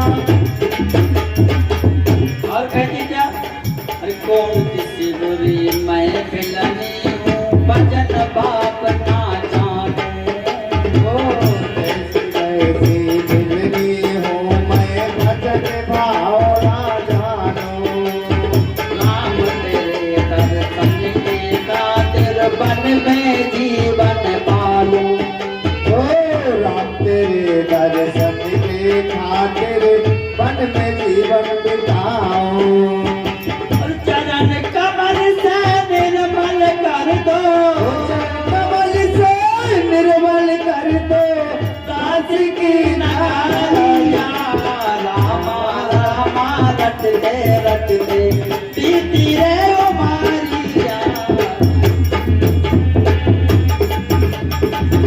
बीती रे उमारिया रामा रामा रटते रटते बीती रे उमारिया रामा रामा रामा रटते रटते बीती रे उमारिया रामा रामा रटते रटते ओ रामा रामा रटते रटते बीती रे उमारिया रामा रामा रटते रटते बीती रे उमारिया रघुकुल नंदन कब आओगे हे रघुकुल नंदन कब आओगे दासी के नगरिया रघुकुल रामा रघुकुल नंदन कब आओगे काशी की नगरिया रामा रामा रटते रटते बीती रे उमारिया रामा रामा रटते रटते बीती रे उमारिया और क्या कहती है तब तक भगवान प्रभु श्री राम जब पहुंच गए उसके यहाँ भैया सबरी के यहाँ जब भगवान श्री प्रभु श्री राम पहुंचे हैं आज भैया सबरी बहुत प्रसन्न है और कहने लगे क्या अरे बहारों फूल बरसाओ बहारों फूल बरसाओ मेरे घर राम आए हैं आजो फूल बरसाओ मेरे घर राम आए हैं मेरे घर राम आए हैं आजो फूल बरसाओ मेरे घर राम आए हैं मेरे घर श्री राम आए हैं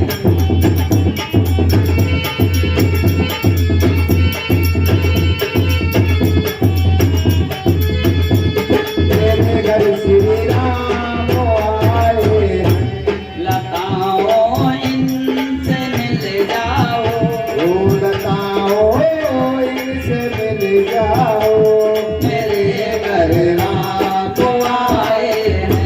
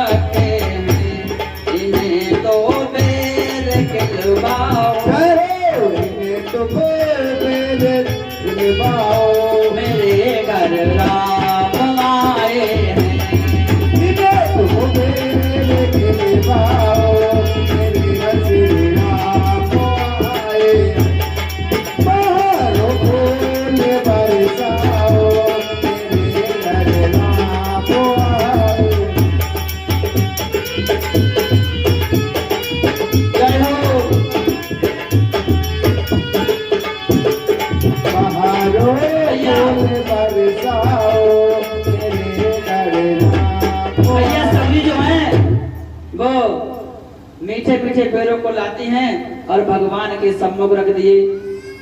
और कैसे बेल लाई थी?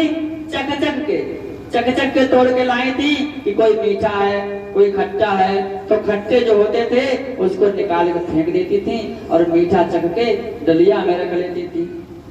भगवान प्रभु श्री राम ने एक बेर उठाया, लक्ष्मण को दिया, लो लक्ष्मण तुम दिखाओ। कि दिया एक बेर भाई को, तो मन में सोचने लगे। दिया एक बेर भाई को, तो मन में सोचने लगे। छुपा कर फेंक बेरों को, प्रभु के आ गए आगे।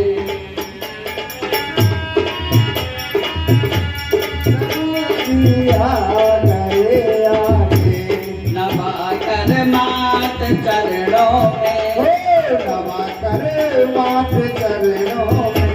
वचन मीठे सुनाए हैं। वचन मीठे सुनाए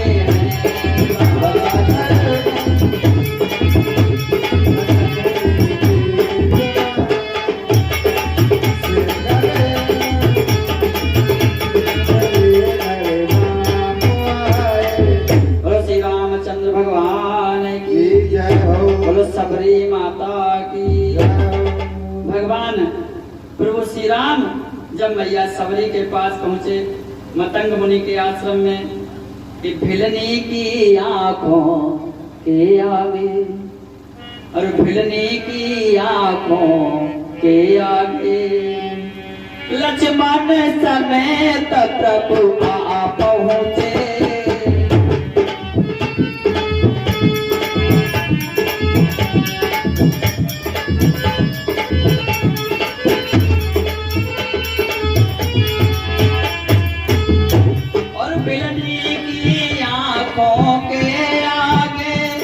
लक्ष्मण समेत प्रभु आ पहुंचे, और अर्थात भक्ति से मिलने को, अर्थात भक्ति से मिलने को, भगवान आप ही आ पहुंचे। जय हो हरि बोल। भगवान आप ही आ पहुंचे।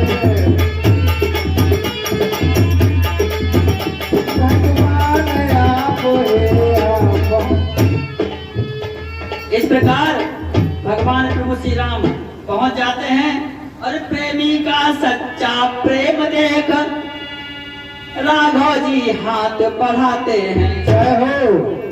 और झूठे बेरों को बेर बेर कुछ होकर भोग लगाते हैं।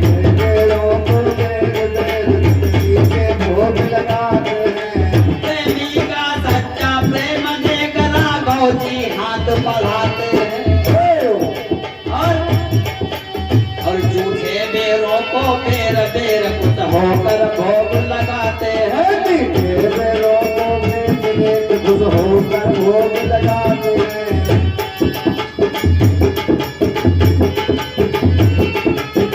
बेरों को बेर बेर प्रभु जी भोग लगाते हैं। भगवान प्रभु श्री राम भोग लगा रहे हैं, बेरों को खा रहे हैं। एक बेर लक्ष्मण को दिया, लक्ष्मण को देखा, रे ये तो सब झूठे लग रहे हैं, हमें लगता है इसने खा खा के रखे हैं डलिया में। भगवान प्रभु श्री राम जब अयोध्या से चले और जिस समय निषाद राज के पास पहुंचे थे, भगवान राम ने वहीं से राम राज्य की स्थापना शुरू कर दी। राम राज्य का मतलब है भगवान प्रभु श्री राम ने किसको गले लगाया? जो सबसे निम्न स्तर के लोग थे उनको अपने गले से लगाया है, उनको अपने हृदय से लगाया। भीलों को, जंगल के भीलों को जो है अपने गले से लगाया, केवट को अपने गले से लगाया। मैया सबरी के जूठे बेर खाए प्रेम के बस में होकर के। इसीलिए कहते हैं भगवान अगर किसी के बस में है तो भगवान सिर्फ प्रेम के बस में। प्रेम से हम भगवान को प्राप्त कर सकते हैं, अहंकार से हम भगवान को प्राप्त नहीं कर सकते। कि कंद मूल फल सरिस अति दिए राम कहयान, और प्रेम सहित प्रभु खायो बारही बार बखान। जय हो। कंद मूल फल मैया सबरी ने लाकर के भगवान को दिए, भगवान ने प्रेम सहित उनको खाया।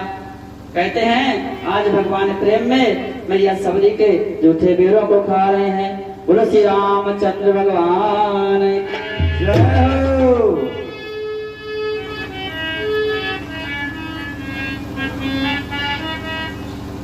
बोलो शंकर भगवान की, बोलो वृंदावन बिहारी लाल की जय हो। इस प्रकार भगवान प्रभु श्री राम मैया सबरी को बड़ा ही आनंद प्रदान कर रहे हैं। मैया सबरी ने कहा, हे नाथ, हम आपकी स्तुति करना चाहते हैं, हम आपकी वंदना करना चाहते हैं। और हे प्रभु, हम किस प्रकार आपकी स्तुति करें? हम तो बहुत नीच हैं, बहुत अधम हैं। हम तो ये भी नहीं जानते कि आपकी पूजा कैसे की जाती है, आपकी वंदना कैसे की जाती है। भगवान को हम पहले भी कह चुके हैं, भगवान को पुष्प, फल और लोटे का जल नहीं चाहिए। भगवान को क्या चाहिए? भगवान को पुष्प की जगह पे आपका मन चाहिए। भगवान आपके मन के भूखे हैं, पूरा पूरा मन आप भगवान को अर्पण कर दो, भगवान यही चाहते हैं। लोटे की जल की जगह आप भगवान को अपने नेत्रों का जल अर्पण करो, तब भगवान प्रसन्न होंगे। एक लोटे जल से भगवान प्रसन्न नहीं होंगे। अगर भगवान शंकर जी धतूरा, गांजा और भांग चढ़ाने से प्रसन्न हो जाएं, तो हमसे कहो, हम पूरे गोला की भांग उखाड़ के और भगवान पे चढ़ा दें। नहीं। अच्छा, भगवान भोलेनाथ पे जब हम धतूरा चढ़ाएं और भांग चढ़ाएं, तो किस भाव से चढ़ाएं? हाथों में अपने हम धतूरे को लें, भांग को लें और भगवान से कहें, हे नाथ, इस भांग और धतूरे के समान जो हमारे अंदर व्यसन है, जो हमारे अंदर कमियां हैं, उन व्यसनों को हम आपको अर्पण कर रहे हैं। तब तो आपका भांग धतूरा चढ़ाना सार्थक होगा। अगर आप सिर्फ अपने व्यसनों को नहीं चढ़ा रहे हैं, अपनी कमियों को नहीं दूर कर रहे हैं, तो चढ़ाने से कोई फायदा नहीं, तो चढ़ाने से कोई ही फायदा नहीं है। इसीलिए अगर हमें भगवान को प्रसन्न करना है, तो हम भगवान को क्या अर्पण करें? अपना मन, क्योंकि हमारा मन गंदा हो चुका है, मैला हो चुका है। हम अपना मन भगवान को अर्पण करते हैं, और जब भगवान हमें वापस करेंगे उस मन को, तो कैसा निर्मल बना के वापस करेंगे। और भगवान ने कहा है कि निर्मल मन जन सो मोहि पावा। जय हो। निर्मल मन जन सो मोहि पावा, मोहि कपट चल चित्र न भाव।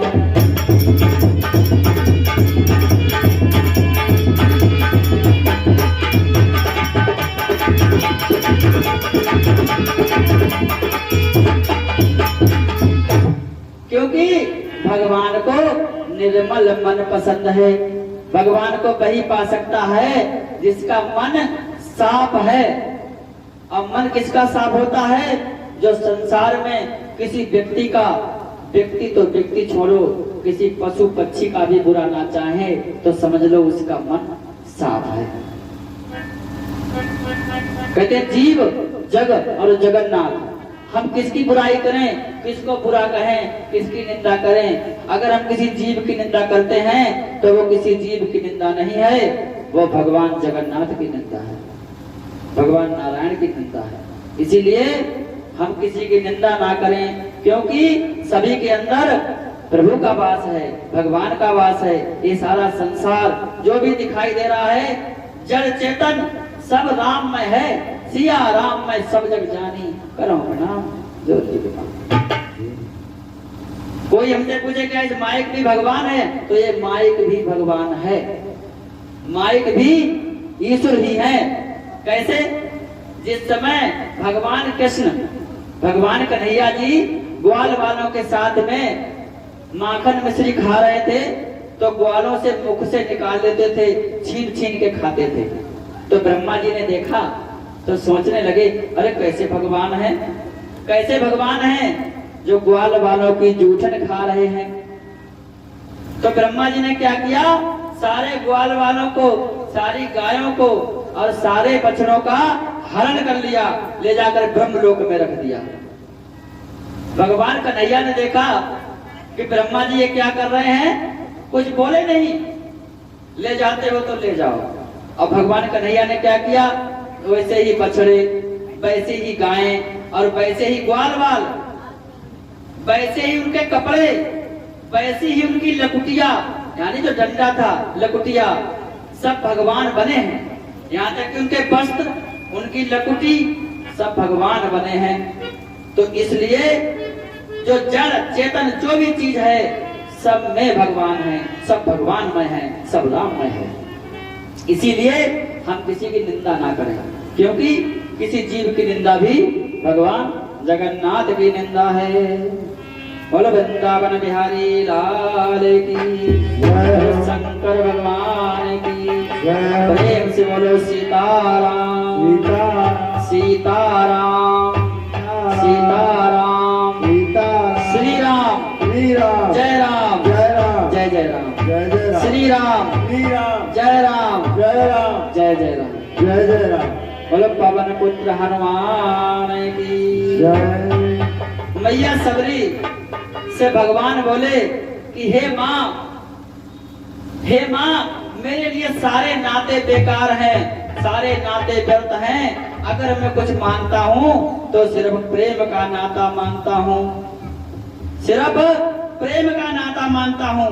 भगवान कहने लगे मैया सबरी से कि कहा रघुपति सुनो भामिनी बाता, कहा रघुपति सुनो भामिनी बाता, मानहु एक भगति करनाता।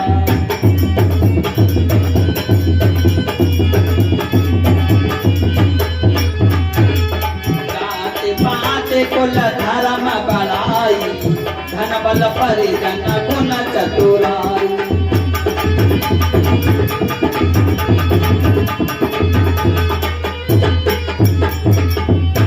भगवान प्रभु श्री राम कहने लगे, हे माँ, हम तो सिर्फ एक भक्ति का नाता मानते हैं, और हे मैया, अगर किसी के पास में जाति है, जाति का मतलब कोई जाति से ऊंचा है, ब्राह्मण है, कोई जाति से ऊंचा है, ब्राह्मण है, उसके पास में कुल भी है और धर्म भी है, धन भी है, यानी सब कुछ उसके पास में है। अगर उसके पास में भक्ति नहीं है तो वो नर पता कैसा है, जिसके पास में सब कुछ है और अगर भक्ति नहीं है तो वो व्यक्ति कैसा है कि बिनु जल बारिदी देखिए कैसे, अब भक्तिहीन नर सोहै जैसे। हे माँ, जिसके पास में सब कुछ है और भक्ति नहीं है वो ऐसे हैं जैसे बिना पानी के बादल, जैसे बिना पानी के बादल आते हैं और चले जाते हैं। इसलिए हे माँ, आज मैं तुम्हें नवदा भक्ति बता रहा हूँ। भक्ति कितने प्रकार की होती है? भक्ति 9 प्रकार की होती है। कौन सी? सबसे पहले प्रकार की भक्ति कौन सी है? भगवान प्रभु श्री राम ने कहा मैया सबरी से कि प्रथम भगति संतन कर संगा, दूसरे रति मम कथा प्रसंगा। हे माँ, जिसका प्रेम संतों के चरणों में हो गया, जिसको संतों से प्रेम हो गया, महात्माओं से प्रेम हो गया, ऋषि मुनियों से प्रेम हो गया, तो जान लो वो पहले प्रकार की भक्ति है। अच्छा, आप संत, अगर आपके बीच में कोई आके बैठ जाए, आप कैसे पहचानेंगे ये संत है? कई प्रकार से आप संत को पहचान सकते हैं। और वैसे तो कहते हैं हीरे की पर तो जौहरी ही जानता है।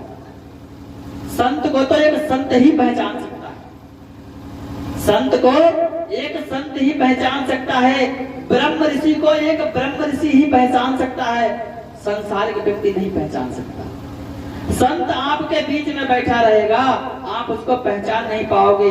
और संत की पहचान है कि क्रोध जो है ना, उसके पास भटकेगा नहीं, क्रोध उसके पास भटकेगा नहीं, काम उसको सताएगा नहीं, मोह माया उसको लपेटेगी नहीं, ये जान लो।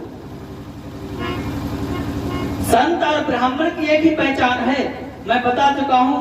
इस व्यास आसन पे बैठने का ब्राह्मण वही अधिकारी है जिसने अपने क्रोध को और अपने मन को जीत लिया हो, अपने बस में कर लिया हो, कृपा से, इनकी कृपा से। जब तक इनकी कृपा नहीं होगी ना, क्रोध को कोई जीत नहीं सकता, मन को कोई जीत नहीं सकता। संसार में बलवान कौन है? संसार में सबसे बलवान वो है जिसने अपने मन को जीत लिया, वही बलवान है। नहीं तो हम सब क्या हैं? हम सब परतंत्र हैं, स्वतंत्र नहीं है। देश तो स्वतंत्र हो गया, लेकिन हम सब परतंत्र हैं। किसके? अपने मन के अधीन हैं, अपने इंद्रियों के अधीन हैं। हम सब अधीन हैं, परतंत्र हैं, स्वतंत्र नहीं है। जिस दिन अपनी इंद्रियों को जीत लें, अपने मन को जीत लें, उस दिन समझ जाओ कि हम स्वतंत्र हो गए। और मन को जीतने का एक ही उपाय है, सिर्फ भगवान का नाम। भगवान का नाम अगर जिह्वा से निरंतर जपोगे, निरंतर रटोगे, तब जाकर के आप मन को अपने बस में कर पाओगे।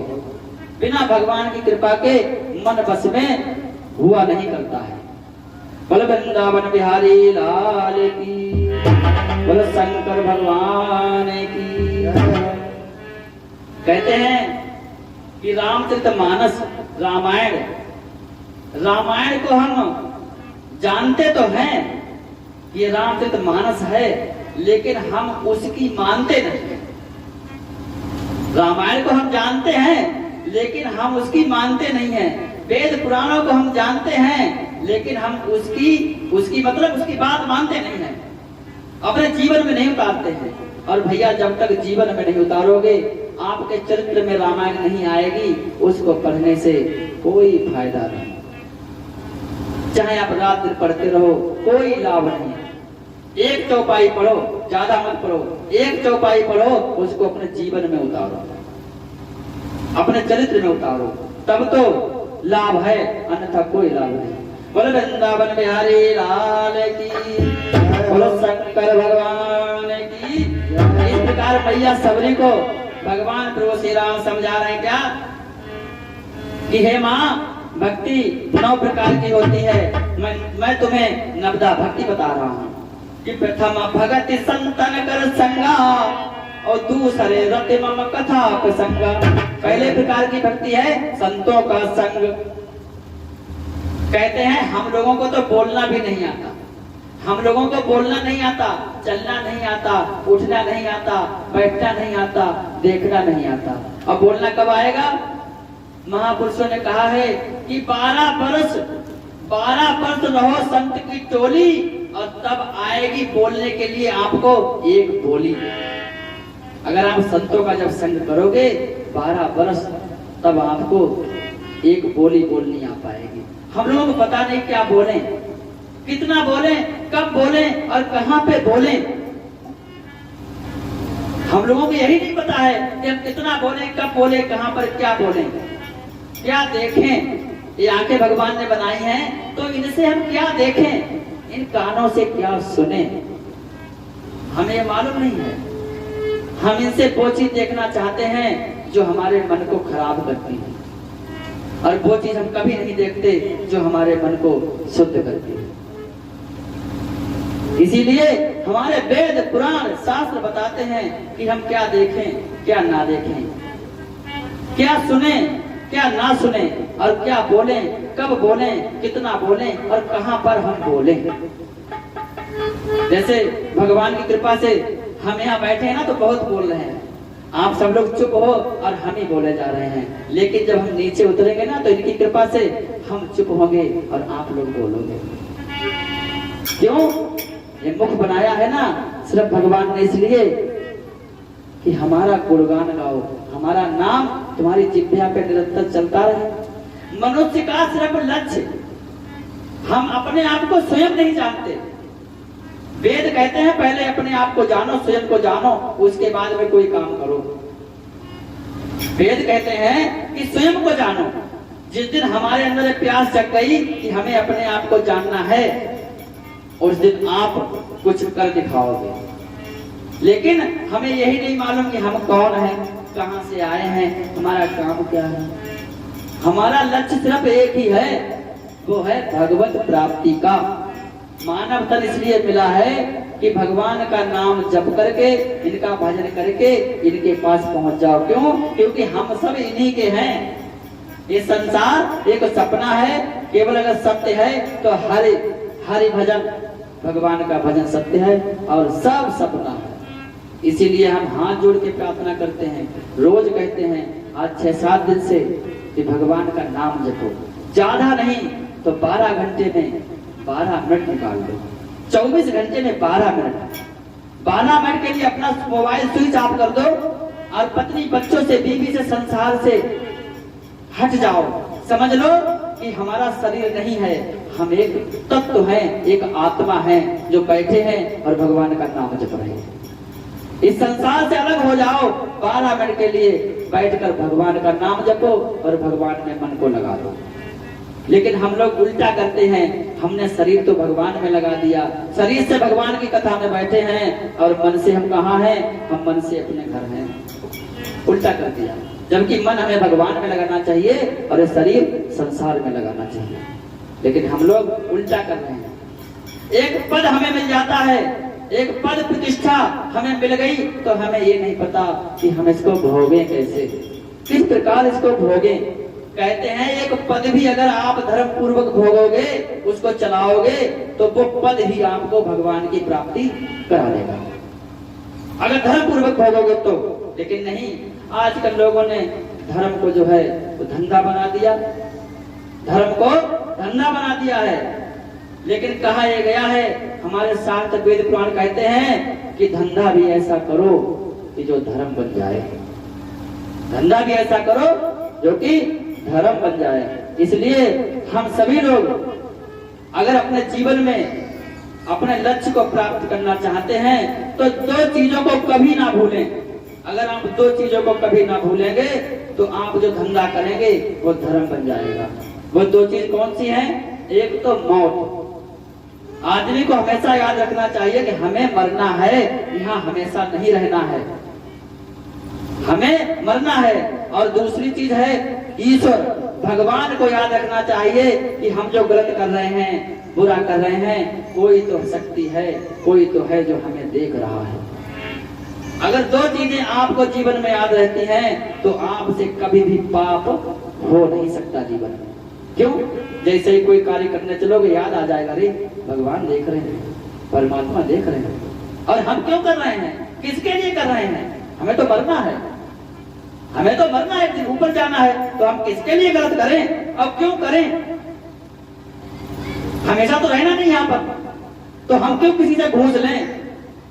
हम धर्म पूर्वक नहीं चलेंगे, थोड़ा खाएंगे लेकिन धर्म पूर्वक चलेंगे। कहते हैं थोड़ा खाओ, अगर आपकी जिंदगी में धर्म है, सत्य है, तो नमक रोटी भी आपको अमृत के समान लगेगी। नमक रोटी खाओगे वो भी अमृत के समान लगेगी। अगर आपके जीवन में धर्म नहीं है, सत्य नहीं है, तो आपके मन को कभी शांति नहीं मिलेगी। और जो आप व्यंजन खाओगे वो व्यंजन भी आपको अच्छे नहीं लगेंगे। इसलिए हमारा जीवन कैसा हो? हमारा जीवन धर्ममय हो, भक्तिमय हो, ज्ञानमय हो, वैराग्यमय हो। कहते हैं वैराग्य किसे कहते हैं? वैराग्य किसी वस्त्र धारण कर लिए लाल लाल, उसको हम वैराग्य नहीं कहते हैं ना। जब तक आपका मन वैरागी नहीं बना तो वस्त्र धारण करने से कोई फायदा नहीं। पहले मन को वैरागी बनाओ और उसके बाद वस्त्र धारण करो। बड़े बड़े राजा हुए, महाराज जनक, राजा अम्बरीश, अर्जुन, बड़े ज्ञानी थे और ये वैरागी थे।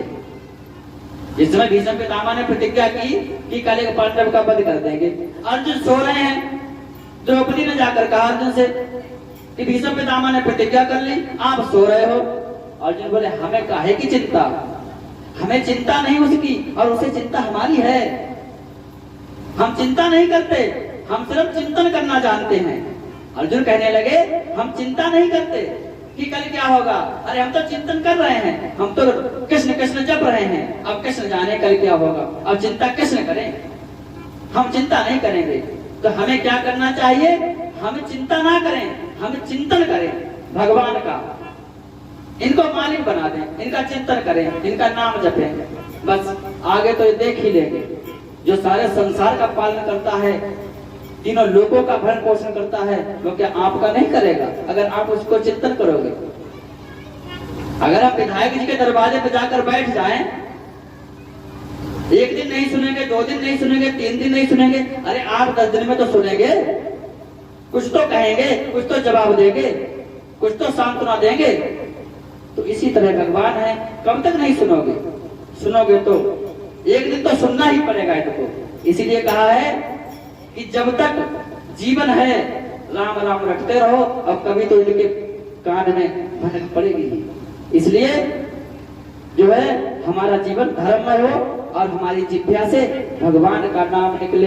तो कितने लोग हैं जो 12 मिनट देने के लिए तैयार हैं भगवान के भजन में, हाथ खड़े कर दो, हाथ खड़े करो। कितने लोग भगवान के भजन करेंगे 12 मिनट, सब कुछ छोड़ करके, अपना मोबाइल स्विच ऑफ करके 12 मिनट बैठ करके भगवान का नाम जपेंगे सभी लोग। बस यही हमें दक्षिणा चाहिए आप लोगों से। धन दौलत तो आज है कल नहीं, कल है आज नहीं, लेकिन भगवान का नाम जो आप जपेंगे वो आपके साथ जाएगा, ये धन और दौलत आपके साथ नहीं जाएगा। बोलो श्री रामचंद्र भगवान की जय। इस प्रकार भगवान प्रभु श्री राम मैया सबरी को समझा रहे हैं और कह रहे हैं दूसरे प्रकार की भक्ति कौन सी है, दूसरे रत्नम कथा प्रसंगा। भगवान कहने लगे दूसरे प्रकार की भक्ति वो है जो हमारी कथाएं प्रेम से सुनता है, मन लगाकर सुनता है, समझ लो दूसरे प्रकार का भक्त है। इस प्रकार 9 प्रकार की भक्ति बताई है, वो शाम को हम आप लोगों को विस्तार पूर्वक बताएंगे। और अभी भैया आरती करो, आरती समय हो गया। बोलो वृंदावन बिहारी लाल।